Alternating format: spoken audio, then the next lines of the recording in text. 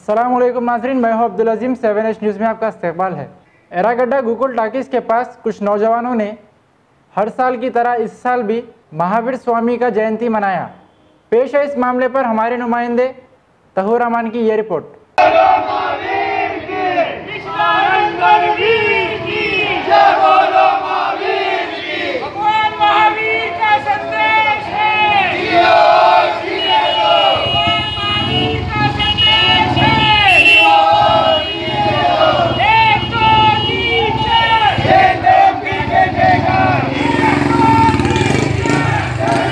भगवान महावीर स्वामी के चरणों में कोटेश वंदन।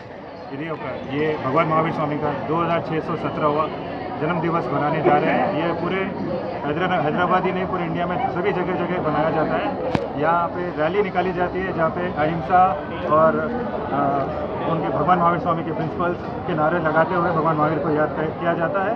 इसी दिन सभी लोग दान, तपस्या और समाज सेवा में लगे हुए रहते हैं।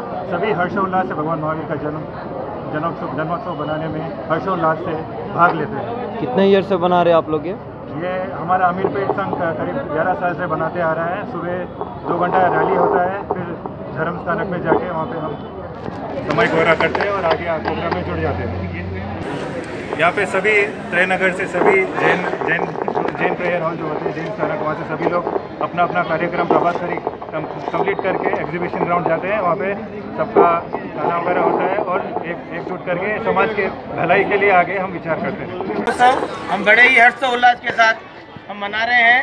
ये कार्यक्रम हमारा बहुत 11 साल से ये बर्बाद हमारे पास निकल रही है श्री संघ में।